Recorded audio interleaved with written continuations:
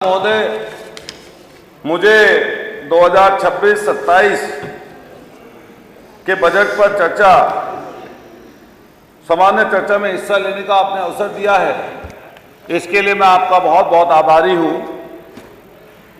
और ये सरकार हमेशा छल कपट, घृणा, द्वेष, इसी तरह की भाषा, इसी तरह के इनके कामकाज, ऐसी व्यवस्था हमेशा इनकी रहती है।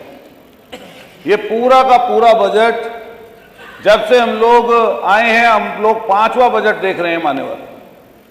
हमेशा हर साल कहते हैं कि 13% बढ़ गया, कभी कहते हैं 14% बढ़ गया, कभी कहते हैं 15% बढ़ गया, और पूरी तरीके से झूठ पर आधारित, आंकड़ों में उलझाने वाला ये ऐसा बजट फिर सरकार पुनः लेके आई है।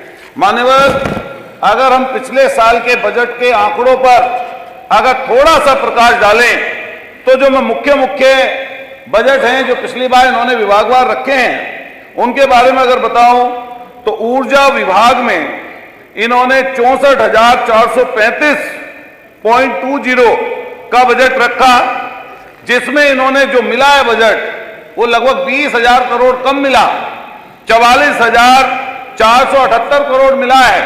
साथ साथ ये टोटल खर्च कर पाए 63%। ये एक ऊर्जा विभाग की आपकी बात है। आवास पर अगर बात पर करें हम लोग तो मात्र 39% ये खर्च कर पाए हैं। अगर कृषि की बात हम लोग करें तो ये मात्र 55% खर्च कर पाए हैं। अगर हम लोग खेल विभाग पर बात करें तो ये लोग कुल मात्र 61% खर्च कर पाए हैं। गृह विभाग पर अगर पता करें तो मात्र 32% खर्च कर पाए हैं। और जो सबसे महत्वपूर्ण शिक्षा और स्वास्थ्य विभाग का विषय है, उस पर ये 54% खर्च कर पाए हैं।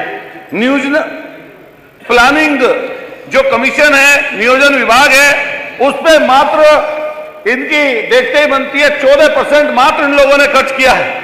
अगर किसी भी विभाग का मान्यवर उठा के देख ले बजट, तो सारा मिलाकर 40 से 50% ही ये सरकार बजट खर्च कर पाई है।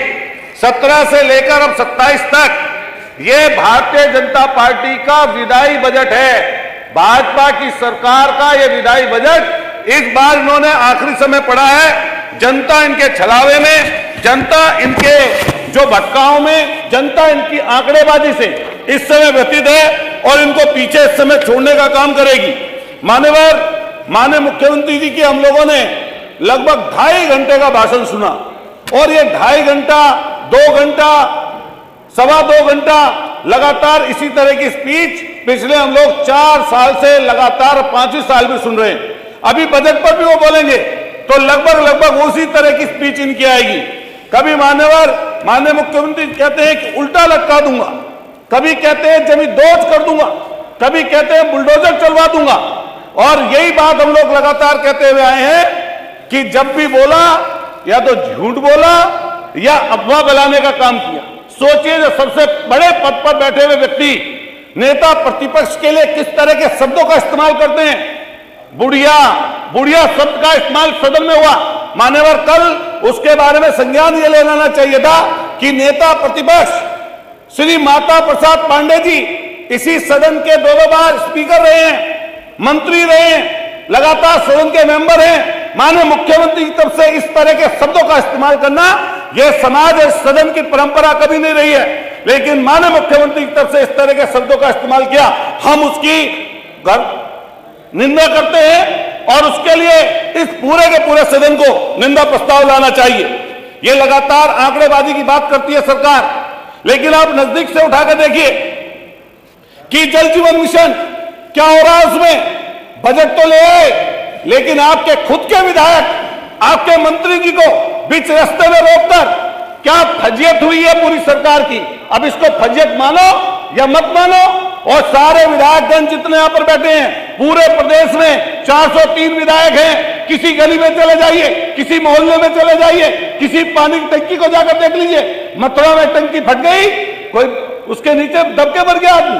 और किसी जगह पर भी, किसी जगह पर चले जाइए, किसी जगह पर कैसा भ्रष्टाचार का आलम है। जो ठेके ले गए गुजरात के लोग गुजराती और उन ठेकों के बाद में दूसरा, तीसरा, चौथा, पांचवें नंबर पर अनस्किल्ड व्यक्ति वहां पर काम कर रहा है, जिस कारण से ये पूरी की पूरी योजना भ्रष्टाचार में चली गई। मान्यवर, मैं आपके माध्यम से ये कहना चाहता हूं कि जो हमारे समाज के वंचित हैं, शोषित हैं, कमजोर हैं, पिछड़े हैं, दलित हैं, अकलियत के लोग हैं, ये पूरा का पूरा बजट उनके खिलाफ का बजट है। और अगर जाकर नजदीक से देखें, बोलती सरकार कुछ और है, जब जमीन पर बजट जाता है तो जमीन पर वो कहीं कमजोर और गरीब के नजदीक नहीं पाते हम लोग। और यही बात हम लोग यहां पर आपसे कहने आए हैं कि किसी जगह चले जाइए, हम गन्ने के क्षेत्र के रहने वाले लोग हैं, जहां पर गन्ना होता है 30 रुपया बढ़ा दिया, लेकिन हालत जाकर देखिए वहां गन्ना किसान की क्या है। वहीं ढुलाई के दाम बढ़ा दिए, वहीं आपके और जो महंगाई की चीजें हैं, कोई ऐसी चीज नहीं है जो बढ़ ना गई हो। और इस समय प्राइस वार छुड़ने वाला है, 40% गन्ना कम निकल रहा है। अगर इस बार 500 का रेट भी हो जाता तब भी वहां के लोगों के लिए वो कम बैठता है। मान्यवर, हमारे यहाँ सब्जी बहुत बड़ी संख्या में दिल्ली के आसपास क्षेत्र में सब्जी का उत्पादन होता है, लेकिन किसान उत्पादन करता है लेकिन उसका दाम कहीं पर मिल नहीं पाता, ऐसी स्थिति है। स्वास्थ्य के विषय में माननीय मंत्री जी सुबेरी बहस कर रहे थे, हम चर्चा उस चीज की करना चाहते हैं। कैंसर पूरे पश्चिमी उत्तर प्रदेश से ही पूरे देश में इस तरह पूरे प्रदेश में फैला हुआ है कि घर घर में कोई ना कोई सदस्य किसी मोहल्ले में, किसी गांव में कैंसर फैला हुआ है। मैं मांग करता हूं, और ये सोचना चाहिए था खासतौर से मेरठ के लिए। मेरठ में मेडिकल कॉलेज है, रेफर सेंटर है, वहां के लिए माननीय प्रभारी मंत्री यहां पर बैठे हुए हैं, 5000 4000 की ओपीडी रोज है। वहां पर उसको एम्स की व्यवस्था सरकार को करनी चाहिए, जिससे वहां पर उसको लाभ मिल पाएगा उस क्षेत्र को, और पूरे के पूरे इलाके को कैंसर और जो अन्य गंभीर बीमारियां हैं उनसे उसको निजात मिल सकती है। मान्यवर, ये सरकार अजीब है, सनातन की बात करते हैं और रोज सनातन का अपमान करते हैं। जाइए बनारस, सैकड़ों नहीं हजारों साल पुराने मंदिर इस सरकार ने जमींदोज कर दिए। आपका समय हो गया है। स्थानीय समस्या बोला बस आधे मिनट में स्थानीय समस्या बोल दीजिए, फिर ऐसी परंपरा हो जाएगी। और यहाँ तक कि 250 साल पुराना स्थानीय समस्या मणिकर्णिका घाट इस सरकार ने बुलडोज कर दिया, बुलडोजर लगाकर। और माता अहिल्याबाई होलकर जी की तस्वीर जिस जल्दी खत्म कर ली हुई, ये निश्चित रूप से शराब लगेगा सरकार को। कौन जाने, जब कुंभ आया और कुंभ में सैकड़ों लोगों की जान गई, हमारे मान्यता जिनकी है हिंदू समाज में, सनातन में, शंकराचार्य जी की, अयुक्तेश्वरानंद जी की, उन्होंने कुंभ में इनकी दुर्दशा को उजागर कर दिया। समय हो गया है ना, दुर्दशा को उजागर कर दिया, लेकिन आज वो क्या, जल्दी से खत्म कर लीजिए। शंकराचार्य को पीड़ित किया गया, उनके लोगों को मारा पीटा गया, यहाँ तक कि चोटी पकड़कर खींचने का काम इस सरकार ने किया। धन्यवाद, 8 मिनट हो गए आपके।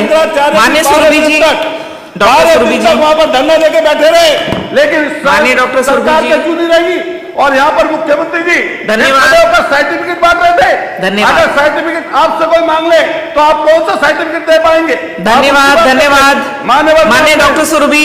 मैं एक चीज कहते हुए अपनी बात आप बहुत सारी चीजें रिपीट कर रहे हैं। माननीय सुरभि जी, अपनी समाप्त करना चाहता हूँ। हमारे मेरठ में हमारे यहाँ सेंट्रल मार्केट है, उस सेंट्रल मार्केट को ध्वस्त हुआ, कहते हैं कि सुप्रीम कोर्ट का ऑर्डर है। भारतीय जनता पार्टी के सांसद, भारतीय जनता पार्टी के मेयर हैं, भारतीय जनता पार्टी के वहां पर मंत्री हैं, दो हमारे प्रभारी मंत्री जी यहाँ पर बैठे हैं। एक कमिश्नर का भी तबादला वहां से हो गया।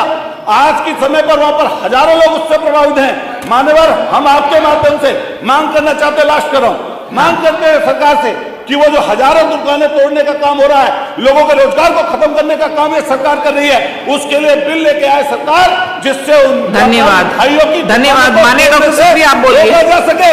और माननीय डॉक्टर सुरभि, सदना के लोग बस खत्म कर रहे हैं, बस खत्म हो गया ना आपका, 9 मिनट हो गए, 9 मिनट थोड़ी बोलेंगे सब। डॉक्टर